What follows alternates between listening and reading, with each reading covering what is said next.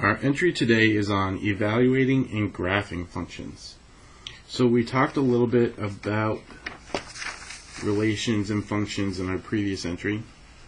And we've got our inputs, right, our x values, and our outputs, those y values, right, and different representations of relations and functions, being from a table, a list of ordered pairs, a graph, mapping diagram.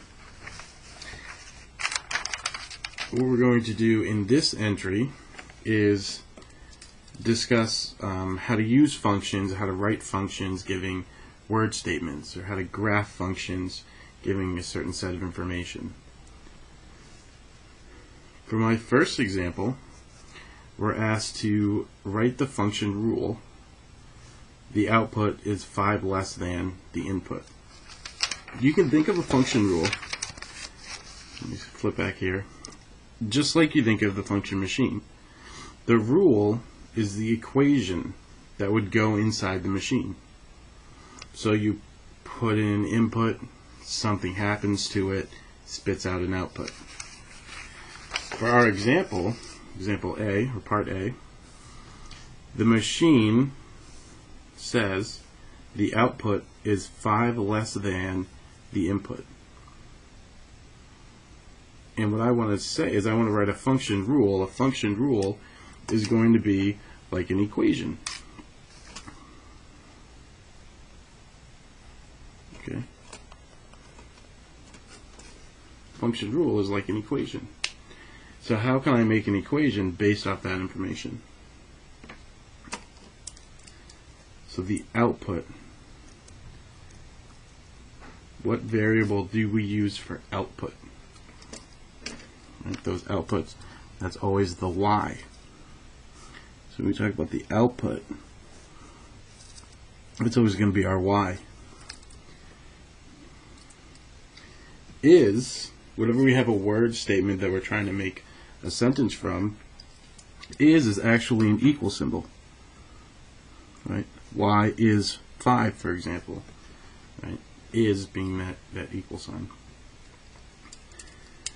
And then we have 5 less than the input. Well, I know that the input,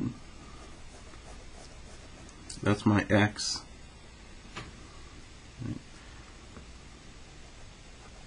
But how do I show that in an equation the output is 5 less than the input? Think about this. If our output is 5 less than the input, and we were to put in 20, well, 5 less than 20 is 15. So out would come 15. So what are you really doing to that 20 that makes it go to 15? The operation you're doing is you're subtracting. So this is really x, or y equals x minus 15.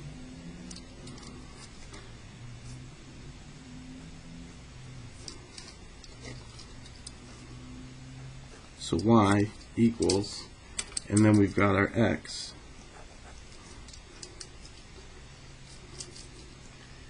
and I'm going to do this in pink so it might be a little hard to see, this 5 less than,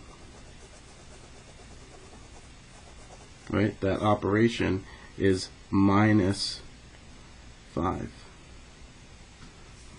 Y equals x minus 5. That's my function rule. Right, 5 less than the input. I need to know what the input is first, and then I'm taking 5 away from it. Part B is very similar. Okay.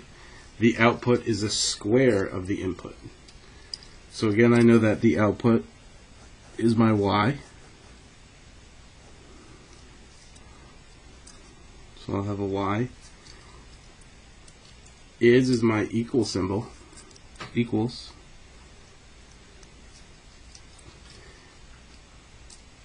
The square of, so in pink that's going to be the square of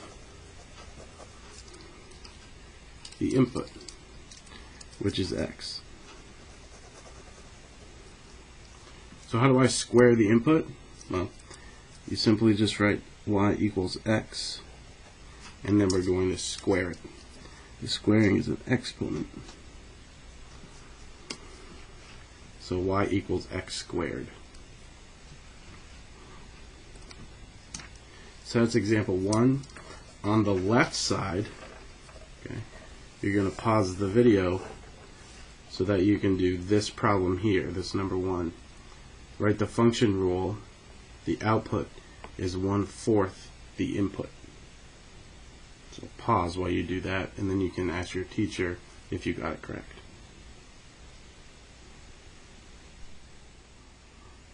Our example 2, what is the value of y equals 2x plus 5 when x equals 3? We kind of went over this already when we did our relations and our functions. We talked about function notation. Okay, so function notation, if I flip back here, right?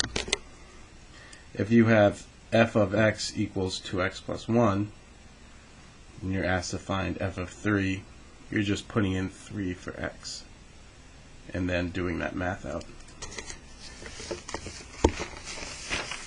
You're asked to do that here as well. Okay, it's the same process. What is the value of y equals 2x plus 5 when x equals 3? Well, first we have our equation, y equals 2x plus 5. And I know x is 3. I'm evaluating, right? I want the output when x is 3.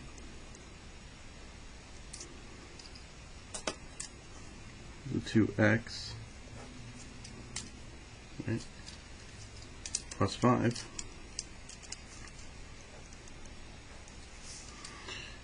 Two times 3 is 6, and then we add the 5. We would get 11. So y equals 11. And that's it. And now you're going to do the problem number 2 for the on your own on the left side. Find the value of y when x is 5. And you have these equations. This is y equals 4x minus 1. This is y equals 10x. And this is y equals 7 minus 3x. And when you're finished getting those values, you can have your teacher check your answer.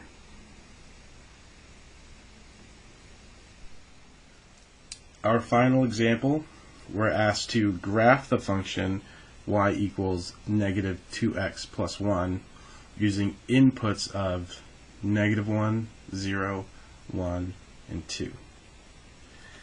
So in order to do this, we're going to make an input-output table, right? And our inputs are our x's, and our outputs are those y values. And we're using -1, 0, 1, and 2.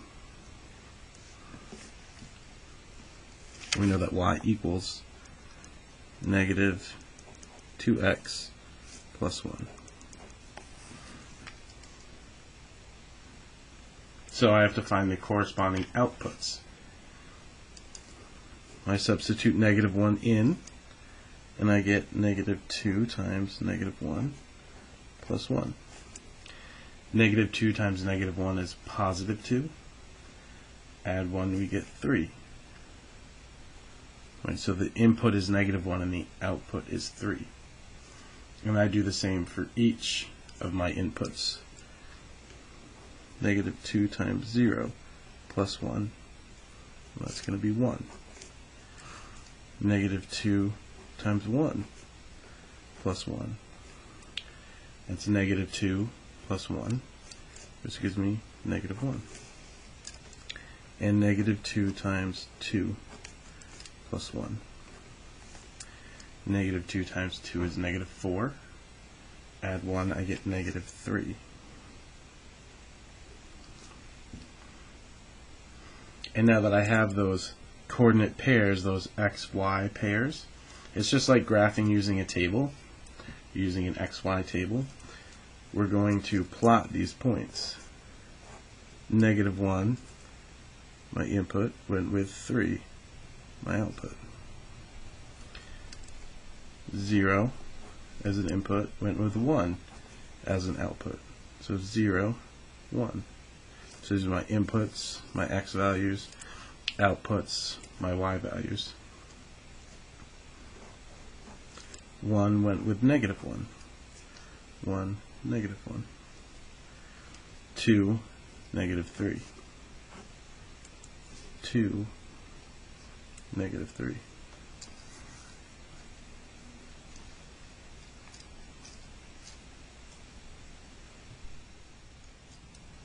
And now that you have all of those inputs and outputs plotted, you're going to make a line through them with a straight edge.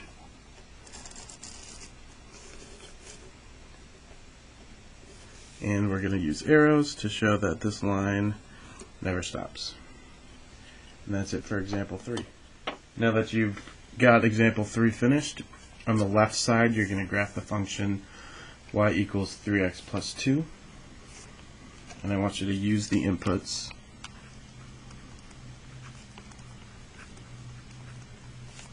-1, 0, 1, and 2. Then you'll check with your teacher once you're finished.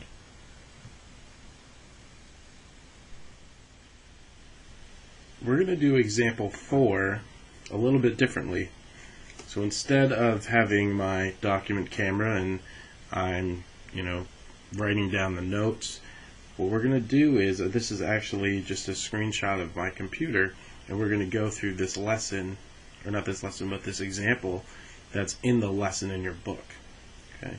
So what I want you to do is, if you don't have this handout, I want you to write down this word problem in your book, in the entry for evaluating and graphing functions. So I'll let you pause the video and get that ready.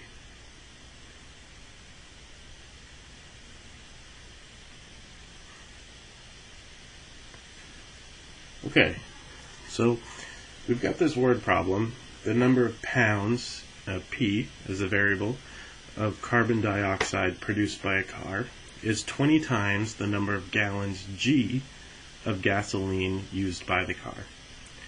Write and graph a function that describes the relationship between G and P. So we're at a function and a relationship, so we're trying to make an equation that describes that relationship. What we want to do is kind of decipher this word problem and get it down to what the important information is.